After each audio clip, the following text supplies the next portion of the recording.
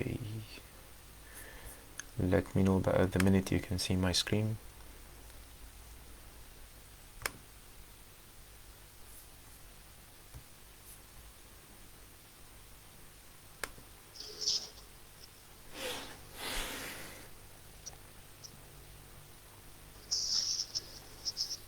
I can see it now. اوكي طيب اسأل سؤال تاني. You can still see it كده؟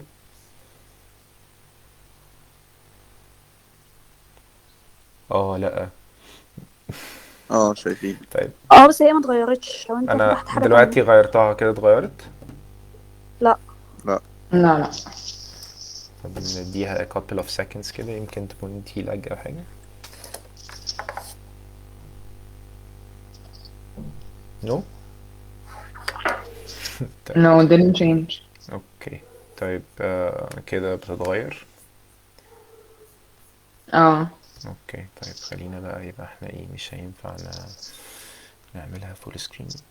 Let's just go with it.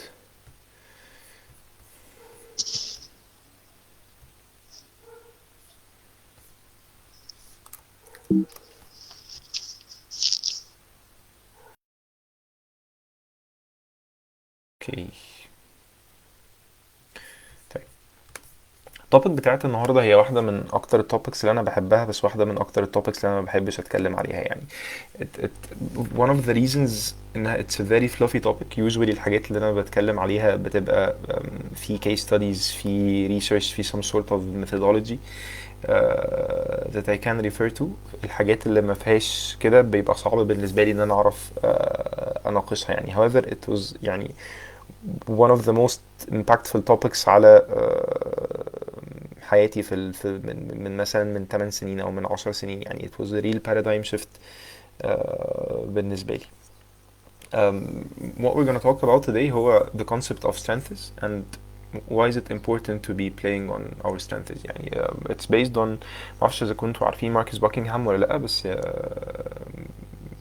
there is a very wonderful website كان الأول زمان اسمها simply strengths، دلوقتي بقى اسمها I think invest in your strength. مش متأكد يعني من الويب سايت where you can go take the strengths finder assessment and based on that assessment you will get some recommendation on how you can capitalize on your strength. Now it's extremely important that we focus on our strengths عشان for one thing usually the orientation بتاعنا is towards focusing on our weakness. It has been unintentionally embedded inside us من واحنا صغيرين. بتحصل on a day to day level في الشغل، بتحصل مع الناس اللي بتتمرن that we constantly find ourselves focusing on our weaknesses more than our strengths. for example when you were a kid اكتر مادة كان اهلك بيركزوا معاك فيها واكتر مادة كنت تاخد فيها دروس او intensive courses او بتحتاج private tutoring هي اكتر مادة انت ما كنتش كويس فيها. usually we find الناس اللي بتعمل PRs او بتconduct PRs، انا مثلا في الشغل القديم اللي قبل واسطة they would call it areas of opportunities عشان ما يستخدموش كلمة weakness. بس automatically لما تسمي حاجة an opportunity unintentionally انت دماغك هتشفت ليها. okay if this is an opportunity that I need to grab because opportunity is a very positive word. حتى لما بنقعد نعمل assessments ونجيب الشخص ونحط الارقام بتاعته على اليمين usually we try to highlight ال areas اللي فيها مشاكل by coloring them red or making them bold or whatever. فحتى visually we orient ourselves to focus on ال areas where there are problems. when we ساعات كتير قوي لما بنبقى عايزين ندي حد النيجاتيف فيدباك بن envelope it between the positive feedback either قبل انت عملت كذا وكذا كويس بس لو انا قلت لحد I have feedback on your work or I have feedback on a certain individual the instant annotation هتيجي في دماغك هو ان غالبا I need to say a couple of things that I don't like about it and it's not usually focused على ان انا عايز اقول كلام كويس على شخص. it happens يعني I'm not saying it's always the case بس in most of the cases we're more proactive in sharing negative feedback عن positive feedback especially on a professional level. يعني ممكن بعد presentation معينة حد يجي يقول للناس you did a great work, I really enjoyed it, thank you and so on. بس the proactive feedback when we dedicate some time and meet someone in a professional setting عشان نتكلم على حاجة, usually we're more active in doing that when there is a problem عن when we just want to tell him that he's doing a great job. I'm not saying ان احنا we should ignore our weakness, but there is a huge difference between trying to overcome a weakness as an impediment and trying to be good at something. يعني في الصورة الأولانية اللي أنا كنت حاططها صورة البينجوين. يعني penguins are amazing hunters. They are brilliant swimmers. They adapt to weather conditions that are very hard for anyone else to adapt to. However, لو ابتدى البينجوين يشوف نقطة ضعفه فين, for example speed on land, بص على خد قدوة أي عصفورة تانية أو أي حاجة تانية من الطيور, حتى الفرخة, الأستريتش, الحاجات اللي مش بتطير, وابتدى يحاول enhance his speed on land, this will become a problem. عشان if he put all his energy and all his focus and all his practice time in trying to become fast on land, هيتحول من extremely slow to slow. But he will never be the fastest walking bird on land بأي شكل من الأشكال. This is what sometimes we do unintentionally. احنا بناخد area where we cannot grow and we cannot develop, but it's a weakness. We're not just trying to overcome it. هو penguin بيعرف يمشي على الأرض في الآخر, يعني هو بيتصرف. يعني ما بنحاولش إن احنا overcome الامبediment بإن احنا نخلي نفسنا أجمد ناس في الحتة اللي احنا already ضعاف فيها. Doing that makes us sometimes miss working on our actual strengths. كانت نور بعتت بس انها مش شايفه البرزنتيشن. في حد تاني عنده نفس المشكله؟ انا المفروض السلايد اللي فاتحها دلوقتي فيها unintentionally you've been okay great. this is why I'm not talking we should ignore our weaknesses, but it does not make sense that we invest most of our time in our weaknesses, not our strengths. What do you think a strength is? Please يعني unmute your mics كده and tell me what qualifies as a strength بالنسبة لكم.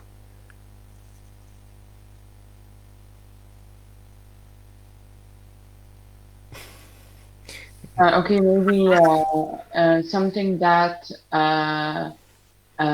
I can be good at من غير external help. Okay. طيب what's the difference between a strength and a talent based on the definition that you said? A talent maybe أو يعني strength ممكن يكون حاجة that I've developed over years. A talent برضو ممكن تكون حاجة أنا كنت بشتغل عليها, بس strength أكتر ليها دعوة مثلا أنا ذاكرت وتعلمت عندي experience and so on. Okay. Talent is more they naturally and then developed. Perfect. Very, very similar. But a talent is a natural ability to think, feel, or behave in a certain manner where you're significantly better than the general population. Or average of the general population. It comes naturally. You did not invest time in it. It's something that you have a knack for or something you've been born with أو حاجة بتحصل لك بشكل طبيعي جدا. You're simply good at من غير ما تحاول invest فيها مجهود. If you go on and you invested that effort and you invested time and you practice it, فبقيت in full control. كل مرة هتعرف to deliver an exceptional performance using this talent, then it becomes a strength. So الفرق ما بين ال core difference ما بين ال talent وما بين ال strength زي ما نور قالت in strength is you've worked on a talent and you're able to, ممكن ما تكونش كانت talent في الأول يعني, بس you've worked on something and you're able to consistently provide a significantly great performance in a specific activity. في حاجة you now have control of it. You know that every single time I will give I will do a limerick in public. I will do it in a brilliant manner. خلاص I know I can do it. So it's not just a talent ان انا بني ادم بعرف اتكلم مع group of people واضحكهم ساعات, بس بعمل كده مرة ساعات ساعات لا, so on. I have the confidence and every time I need to do it I'll be able to do it in a great manner. اوكي عشان ايه انتر هنا مش بيسويتش التايم. It's extremely important that we identify our strength. ليه؟ Because strengths are areas where we're gonna grow with the most. زي ما ادينا example البينجوين يعني if the penguin is investing his time where he's not good at أو حاجة هو already مش كويس فيها, غالبا الوقت ده هيعرف اخره يحوله من حاجة very very bad into an okay thing. بس if you took that investment and you did it in something that you are naturally good at, the results will be impressive. And when we're talking about identifying your strength, usually people انا I've done، انا بقالي ايه في روبوستا مثلا 8 سنين، عملت كم انترفيوز. كنت بانترفيو الناس في الاول عشان يجوين روبوستا regardless of التايتل لما كنا 3 بني ادمين، وبعدين كنت بانترفيو ناس عشان اي اس تيم، وبعدين كنت بانترفيو ناس as part of لما كنت part of the HR function، وبعدين I'm interviewing now ناس for the product management and I'm doing bar raisers لناس مالهاش دعوه ب product management عشان being part of the leadership team. ف you'd be surprised على قد ايه هي حاجة صعبة الناس لما تسألها what strength can you bring into the team, what are your areas of greatest strength. صعبة عشان كذا حاجة. يعني في ناس بتدي طبعا الكليشيه انسرز اللي هي متوقعة ان احنا عايزين الناس تسمعها الناحية التانية. في ناس really find it hard to identify strength. I'm not talking about ان انا اقول ان انا مثلا I'm a team player, I'm a great communicator, بس saying that I have strong communication skills is usually very hard to identify the strength. بمعنى ان it needs to be very detailed. For example, let's say ان عبد الرحمن can deliver a presentation in brilliant manner، بيعرف يحضر لها كويس قوي and he can present it very very well, he can engage the audience and so on. This would qualify as good communication skills. بس في كونتكست تاني لو عبد الرحمن مثلا ما بيعرفش يعمل short talks، لو هو مش prepared ما يعرفش يطلع يقول 3-4 جمل على بعض، is that bad communication skills؟ في one of the measures يعني this might qualify as a bad communication skills. فبالتالي communication skills is not, it cannot be identified as a strength, but you have to be very detailed about it. I can give a talk مثلا to a group of random people that I don't know and I'm not prepared, and I can engage them and do 1 2 3 4 5. So the more you try to specify the activity where you play to your strength, the more you're gonna be able to act upon it. عشان زي ما ادينا الاكزامبل بتاع الكوميونيكيشن، يعني in those two extreme cases لو عبد الرحمن بيشتغل على communication skills in general, he will not know what to work on عشان there are several exercises to enhance the communication skills. You need to identify the exact activity or the exact area of communication where he's good at to invest at. If you wanna take the time and try to identify during the past week or the past 2 weeks where you've played to your strengths، هتلاقوا في شوية signs that you can observe. For example, it's مش for example بس one of the very very strong signs that إن حاجة it usually look forward to something I did at work الأسبوع اللي فات أو الأسبوع اللي قبله، مش بالضرورة at work يعني، بس an activity that I did during the past 2 weeks that, or regardless of how hard it was, regardless of the time I invested in it, I'm still going to bed today and I'm looking forward to doing the same exact thing tomorrow. This is one of the signs that this thing is a strength probably. الحاجة التانية I'm sure you've all experienced this، بس كنت بتشتغل على حاجة or a certain type of activity that you constantly do, and when you start doing it you're just in the zone, you're not distracted. You don't need to keep track of the time، مش محتاج تربط نفسك في الديسك أو على اللابتوب عشان تعرف تخلص الحاجة دي. You feel that once you're there you're engaged 100% with all your senses and time flies by when you're working on it. For example، واحدة من الحاجات اللي عكس كده بالنسبة لي in our work مثلا writing user stories. I usually have to set a timer ان انا قاعد دلوقتي مش هتحرك غير لما اخلص مثلا 20 user stories. I get distracted بأي حاجة بسهولة. لو سبت نفسي ممكن اخد 4 meals في ساعتين وانا بكتب user stories من كتر ما انا زهقان من الحاجة اللي انا بعملها. In other activities, for example, when we're creating concepts for design sprints or when I'm working on the design of a presentation, I don't need to do that. I can spend 3-4 hours straight من غير ما أقوم and I don't feel in 3 or 4 hours have passed. الحاجة التانية إن one of the also very strong signs هو إن when you're done with that activity you feel fulfilled, you feel empowered, you feel strong. مش بتكلم يعني في activity، كل activity هتقعد تعملها 4-5 ساعات أو حتى 2-3 بعدها هتحس إن أنت physically تعبان. بس think about a state where although you're physically exhausted but you're mentally refreshed.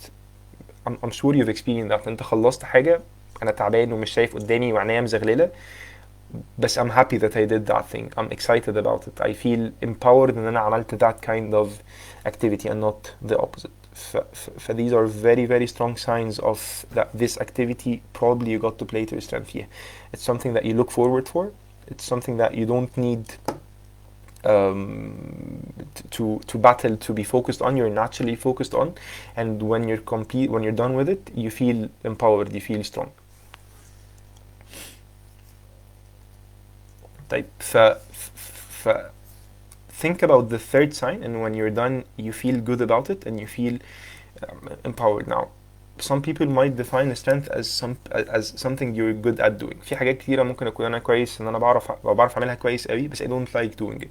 When I'm done I do not feel strong. I feel depleted. I feel tired. I feel ان انا مش عايز ابص على الحاجة دي ومش عايز اعملها تاني. I feel that I don't want to come to work tomorrow because I need to do that thing, although I can do it very very well. طيب why is it important that you identify strength as something you're good at and also something that you enjoy doing or you feel strong when you're doing it? Because زي ما احنا قلنا in what makes a talent strength هو our ability to practice, invest in it and become able to deliver great performance every single time. And it's very hard to practice something that you don't enjoy doing. هتلاقوا ان automatically you get drawn to the activities that you enjoy doing. Whether you like it or not, we're all human beings. You will always be drawn to the activities that you enjoy doing it. And therefore, the strength is that you enjoy doing. You're gonna practice it and you're gonna get better at it and you're gonna grow at it the most. مش كفاية انها تكون حاجة بتعرف تعملها كويس. حاجات كتير قوي I'm sure ان احنا بنعرف نعملها كويس بس we don't like it. That does not mean it is necessarily a strength. Don't confuse حب الحاجة من عدم حب ان انا بعملها بان ده طالما انا بحبها يبقى it is a strength. في حاجات احنا هنبقى بنحبها but you're not good at any. I'm not gonna be good at any point of time. فزي ما ادينا example على الحاجات اللي انا ممكن اكون بعرف اعملها بس ما بحبهاش. في حاجات انا بحبها وما بعرفش اعملها. for example hobbies مكتوب غلط. for example انا مثلا اسلام بحب العب كوره جدا بس انا ما بعرفش العب كوره. it will never happen. او حد مثلا بيحب يغني جدا بس هو صوته مش كويس. that what will make it a hobby not a strength. strength لازم يكون فيها الحاجتين دول. It's something that you're good at. This is number one. And number two, it's something that when you do, it leaves you feeling strong. You feel good about doing it. If you're don't feel good about doing it, then it's not a strength. It's not something that you can grow. And if you're not good at it, but you like doing it, it's simply a hobby.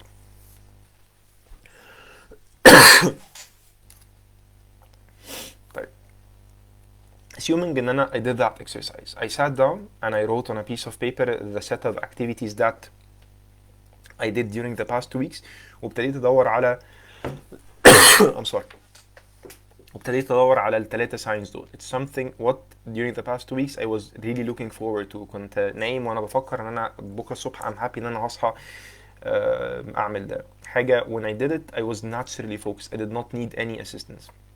حاجه once I completed I felt fulfilled. I felt happy that I did that. And I identified 3 or 4 activities that I get to play to my strength فيهم. Now what you should do next is you should act upon that. فأول حاجة that you should do, which يعني sounds very natural, that you should set aside time to put yourself in a situation where you get to play to your strengths. فالactivity دي حاول تزود الفريكونسي بتاعت عملها في يومك. ليه؟ because this is the area where you're valuable the most. دي حاجة أنا بعملها كويس قوي وحاجة أنا ببسط وأنا بعملها. I'm benefiting myself and I'm benefiting the company and I'm growing while doing it. it makes sense that I invest time in it. الحاجة التانية which is also very obvious إن هتلاقي activities عكس the activities that when you do it either you're not good at it أو you're not good and it makes you feel weak, which is the most important thing. And in this case you should stop doing it. أنا عارف إن this sounds naive يعني I hate emails. I cannot stop writing emails and this is not always the case. But what we're saying ان انت make sure ان your biggest investment is not going in this area. Make sure ان انت most of the time you're not consumed in that activity. فتry to reduce. ففي 3 tactics that you can consider in approaching things that you don't like. الحاجة الأولانية you really have to stop and think about what will happen if I stop doing that. For example احنا روبوستا لما بدأت كان الشركة في صغيرة فيها 12 بني آدم، ما كانش كل الناس qualified انها تعرف to manage other people، ف the HR usually attended every single performance review.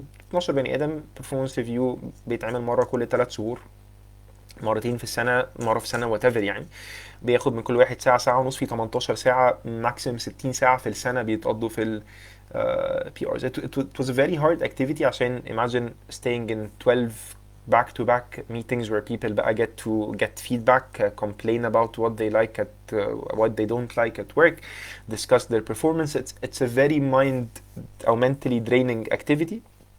بس خلاص it was an event بتحصل مرة كل 3 شهور and we just did it.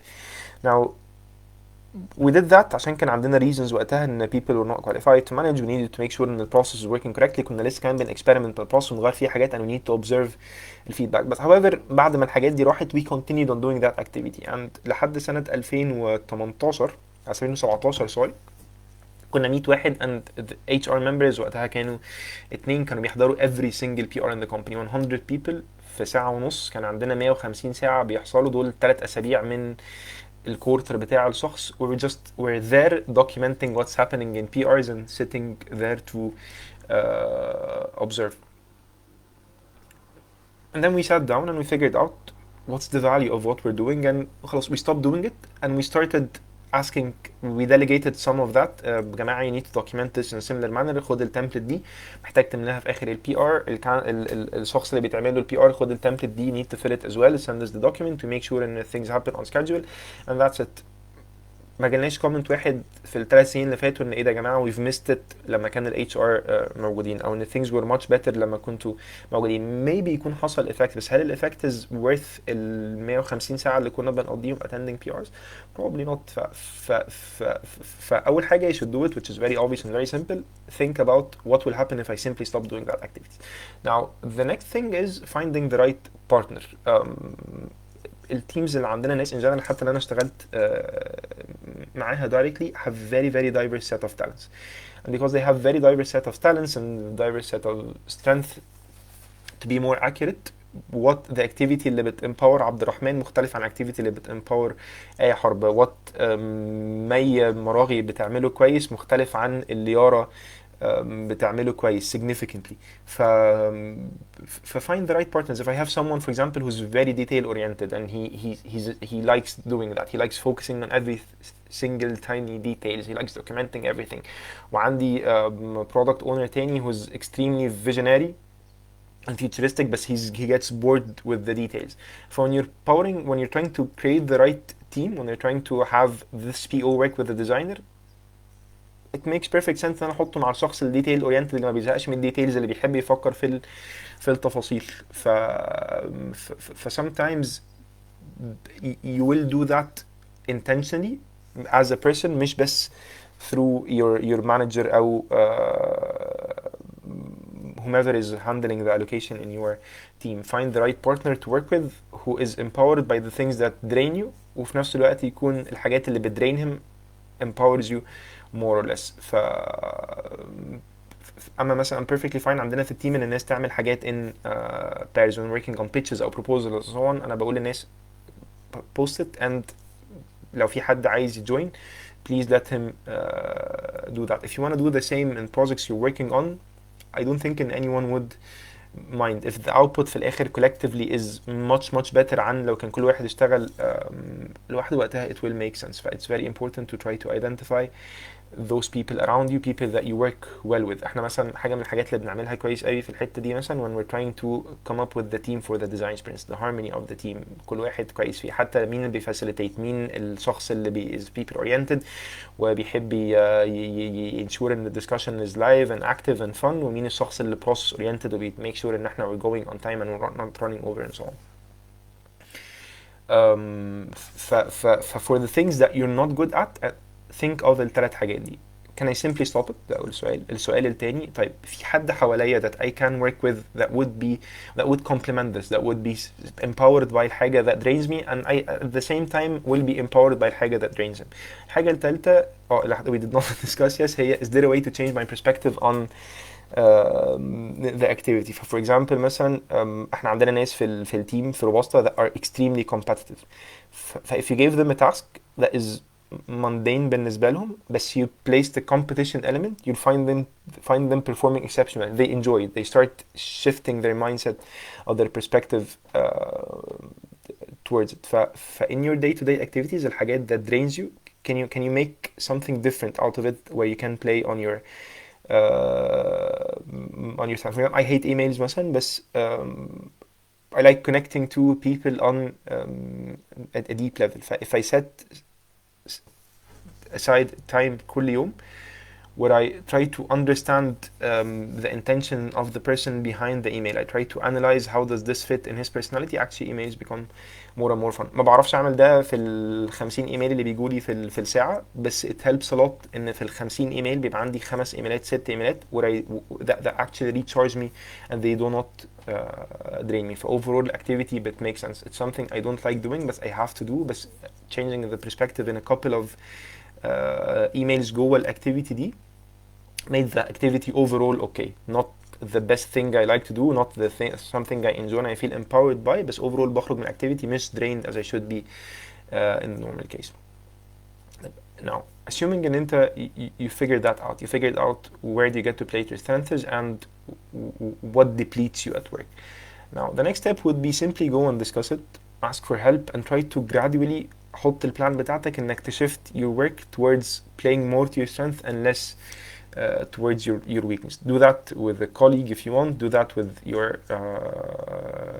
the person who's coaching you, the person who's mentoring you, your manager, whatever. But it's very important that you discuss that and you make sure that you're taking positive steps towards doing that. أنا هقف هنا للأسئلة and then I will share with you a video. ده الفيديو أنا I said ما كنت على فيسبوك مبتاش يعني إن this is based on لا I think I said it Marcus Buckingham's Simply Strengths website. هسيب لكم فيديو which is an intro video that he did to the website. الفيديو ده اسمه it's a series of other 6 videos ممكن أشير معاكم link if you wanna watch it. بس this is just 15 minutes that will help you understand what we were talking about. هقف الأسئلة لمدة دقيقتين. If you don't have any questions I'll play the video بعدين نرجع نرفلكت على شوية حاجات من what was discussed.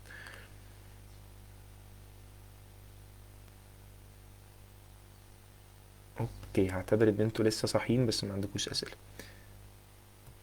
Great. انا هبلاي الفيديو دلوقتي. لو في مشكلة في الصوت في الصورة في اي حاجة please open your mic and stop me عشان غالبا مش هعرف اشوف الشات. تمام؟ اوكي هعتبر ان الرد هو كان تمام. Yes. ينفع تبعت اللينك على الميتنج because I still can't see the presentation فأنا بشوفها من على فيسبوك. هو هيشتغل على فيسبوك برضو فمش يعني if you're seeing it من فيسبوك هيبلاي على فيسبوك برضو. انا حاطه جوه السلايدز يعني don't worry. تمام. اوكي كويس. يلا.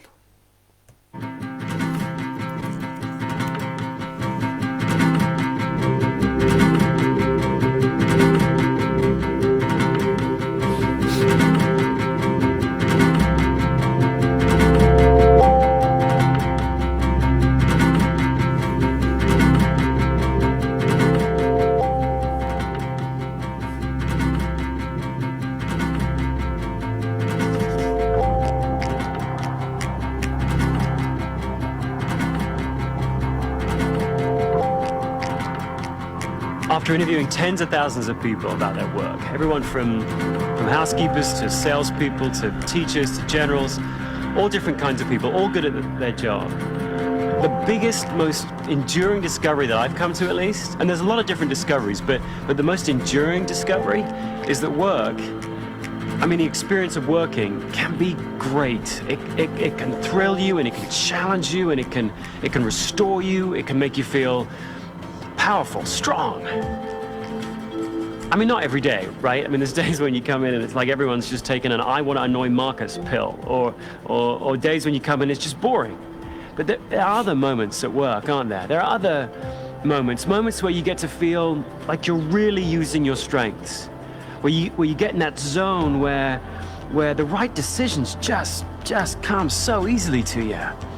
Or when you feel creative without really trying, and you just got one idea after another, or you feel challenged in just the way that you like to be challenged.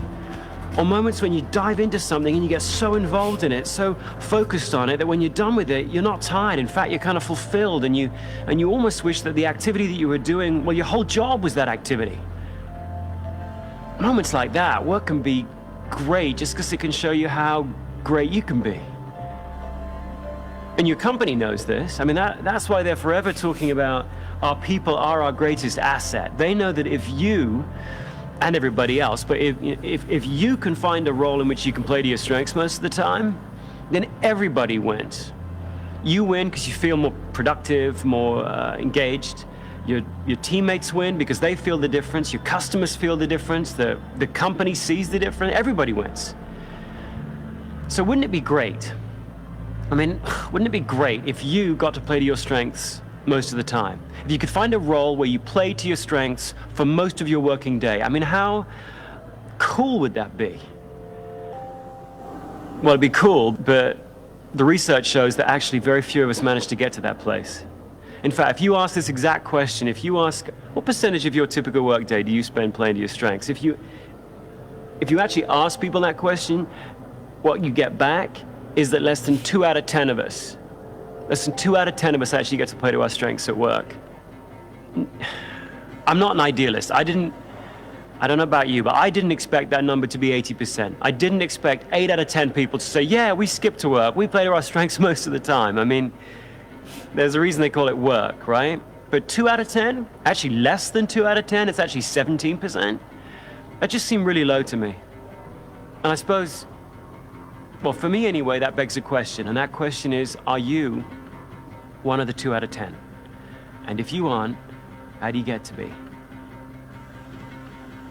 Now, it wasn't always this way, was it?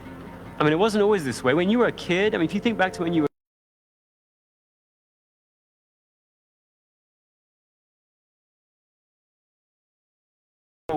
or what teachers you wanted to hang out with, or what kids you wanted to go play with. You just knew instinctively what your strengths were, what strengthened you, and you kind of felt, maybe you couldn't articulate it, but you kind of felt that the world was going to wait for you, and one day you were going to pop out and your unique mark was going to be made on the world. And then sometime between then and now, some part of that childish hopefulness evaporates, doesn't it? It withers away.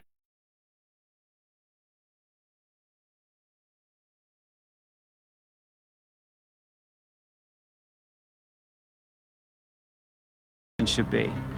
We gotta fit in, we gotta do what our parents want us to do, we gotta get a job, we gotta pay the bills. And then you get the job, and then you gotta do what your boss wants, and then here's your job description, and we gotta do what the company wants. So, yeah, maybe some of those things are to blame for getting you off your strengths path. But I think if you look closely, you might find that what's holding you back from really playing to your strengths isn't this other stuff, your boss, your company, your job description. Maybe what's holding you back from playing to your strengths is what you believe. Maybe you've become trapped by a very few myths that you've been told are true, and they're not. If you could explode those myths, and if you could replace them with what's true and really act on it, then maybe you could take back some of the control of your work. And maybe you could spend more time, deliberately, each week, spend more time playing to your strengths. Here's one of those myths, that as you grow, you change. God, we've all heard that one, right? As you grow, you're supposed to put away your childish traits. You're supposed to acquire more skills and acquire more experiences and become more balanced, more well-rounded. You're supposed to become an adult. But the problem is, it isn't true. The truth is, as you grow, you don't change your personality. As you grow, you become more and more and more of who you already are. My son, Jackson, Jack's 4.5 years old, and already I know some stuff about him. I can see that Jack physically hates to lose. Not in a I prefer winning to losing kind of way that all kids have, but in a physical hatred of losing. If he sees his favorite football team on TV losing, he he can't stay in the room. He's got to run out. Or he's got to bury his head in the cushions and pretend that he can't see it, so that he can't see it. I mean, the kid just hates to lose. I've also seen, and this is odd, but because I don't have any of this. He has a craving for order. This is the kid that won't close the fridge door unless the ketchup has been turned so the label's facing out. Or who panics when we're on the plane and I lean forward to close the blind of the window that just might, partially belong to the seat in front of me. Oh, don't do that, Dad, that's his. Well, odd though that is, those personality traits in a 4.5-year-old, and kind of funny, bottom line for Jack is they ain't gonna change.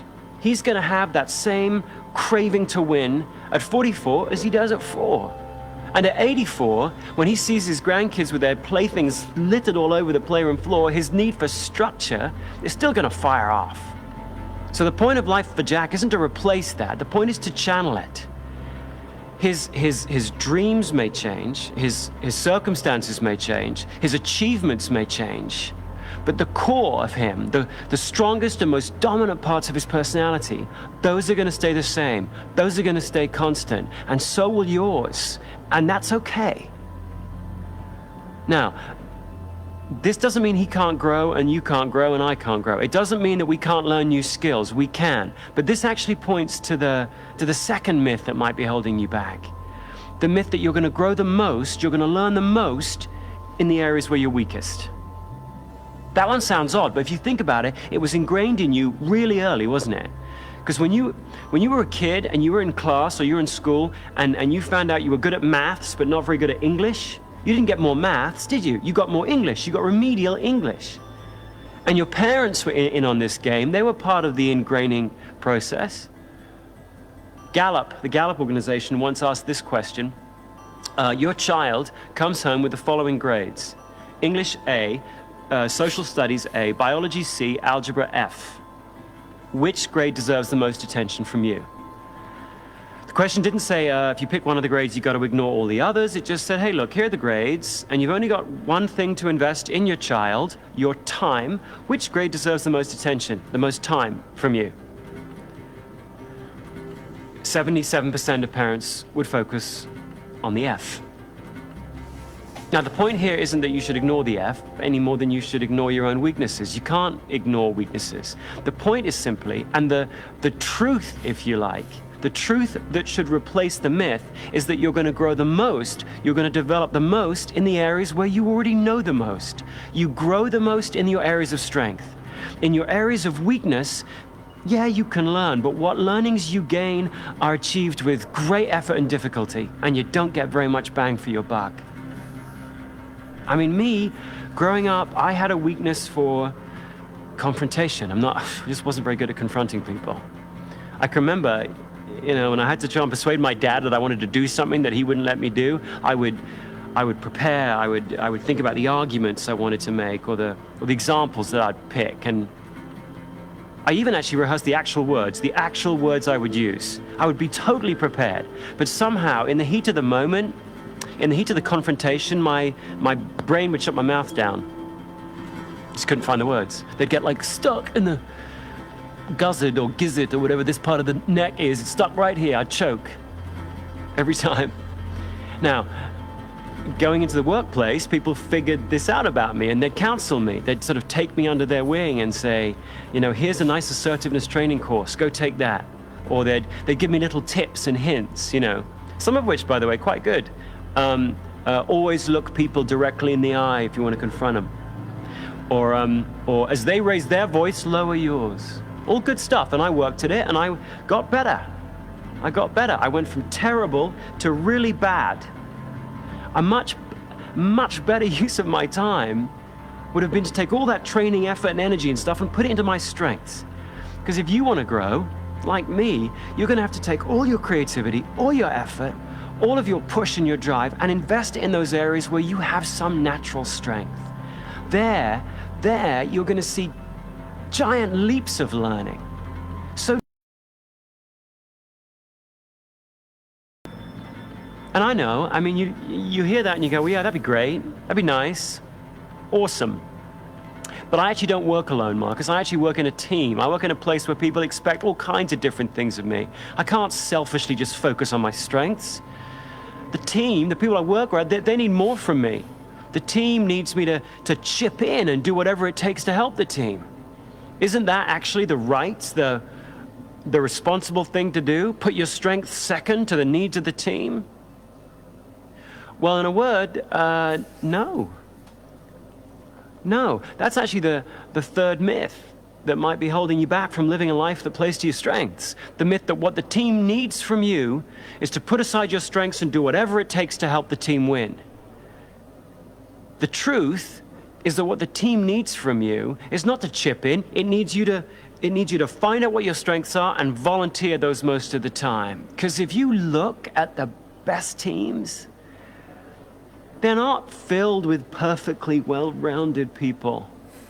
The team is well-rounded precisely because each of the players isn't.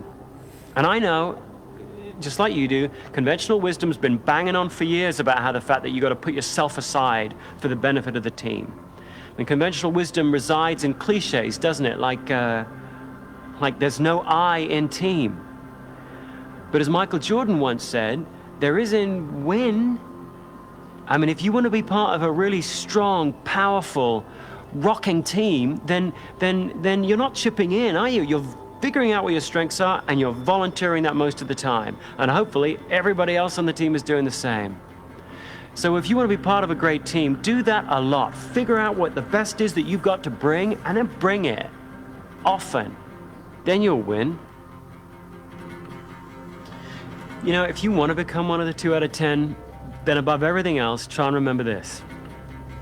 When it comes to how you spend your time at work, you may have a lot more control than you think. I mean, sure, there's only 2 out of 10 people that get to play to their strengths most of the time, but maybe the only thing that's stopping you from joining them is what you believe.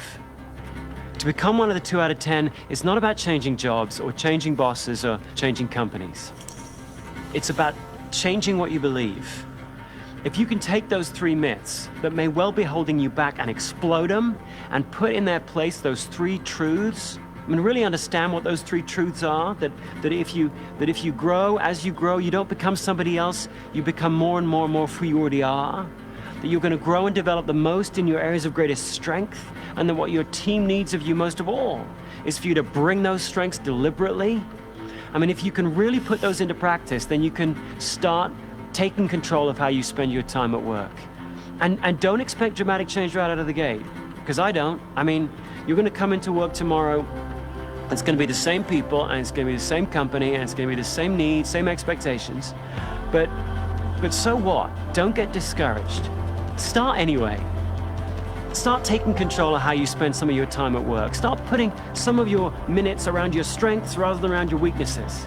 Don't wait for that perfect job or that perfect company or that perfect boss, because these things may never come. Start today. Start figuring out how you can focus more of your minutes on your strengths this week than you did last week. Start taking control today. Change how some of those minutes are spent at work. Start playing to your strengths.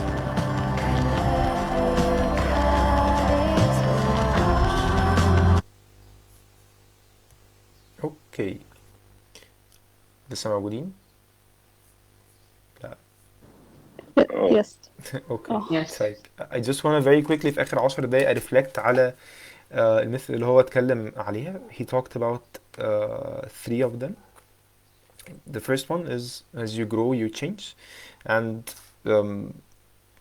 at least according to Marx's perspective, the correct part is as you grow you become more and more of who you already are. The second thing is you're going to learn and grow the most in the areas where you're weakest, and the actual thing is that you are going to grow the most in the areas where you already know the most. And the third one is what the team needs from you is to put aside your strengths and do whatever it takes to help the team. And what's actually correct is what the team needs from you is to find out where your strengths are and volunteer those most of the time. That pretty much concludes my talk. يعني أحب آخر 9 دقايق دول أسمع your perspectives on the topic. Do you agree, you disagree, you believe in it's يعني it sounds too idealistic, it does not. We'll stop sharing دلوقتي. أنا بس Yes. في حاجة واحدة بس that I was thinking about throughout. يعني هي مثلا ساعات بيبقى الحاجة I'm not لسه good at because I don't have the enough information أو the right information. بس بعديها if I started working on it ساعتها ممكن I can make that into a strength and I can start enjoying whatever that is. فهي يعني when he said إن أنا I can work on my weakness شوية بس I can focus 100% my energy on the strength اللي already that I have. حسيت طب what if there is a strength that I could have أنا لسه معرفوش. I understand. فاكرة الثلاثة signs اللي اتكلمنا عليهم you're looking forward for. When I'm doing it, I do not feel depleted. I don't feel that I hate it. I don't feel bad about it. I actually want to do it. I'm naturally focused on.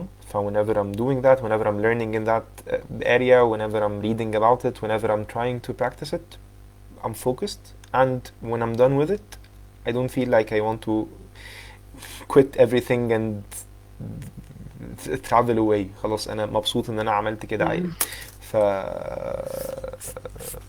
for example مثلا انا for me ايام ما كنت احد الحاجات اللي كنت كده بالنسبه لي لما كنت بكتب كود لما كنت بكتب algorithms to solve complex problems كنت بخلص كنت ببقى تعبان جدا ومرهق ومش شايف قدامي ممكن بقالي مثلا 4-5 ساعات continuously ما قمتش من قدام اللابتوب بس I really felt good after doing that activity and it's not generic يعني مش اي كود كنت بكتبه كنت مبسوط بالعكس في حاجات كنت بكره نفسي وانا بكتبها بس this thing in particular did I start when I'm good بالعكس خالص انا اول كورس سي اس خدته ما كنتش كويس فيه خالص وما كنتش فاهم يعني ايه algorithm مش كنتش عارف اكتب فيه بس زي ما انتي قلتي يعني I practiced and I learned and then it became strength بس I never felt bad about doing it يعني حتى لما كنت وحش فيها it never felt bad it always felt fulfilling وانا وحش فيها لما كنت بعمل حاجة صغيرة and it grew and continue being fulfilling وانا بعمل حاجة كبيرة I still felt good about it.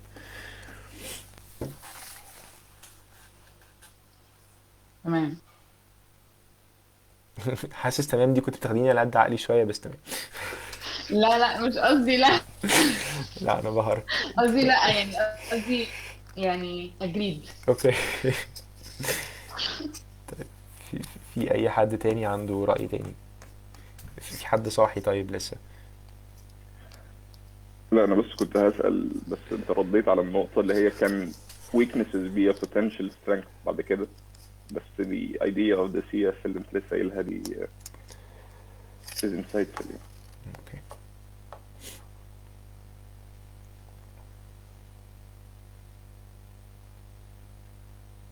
طيب thank you all very much. يعني لو لسه صاحيين احنا كده خلصنا لو نمتوا فاحنا نرجو ما نكونش ازعجناكم يعني.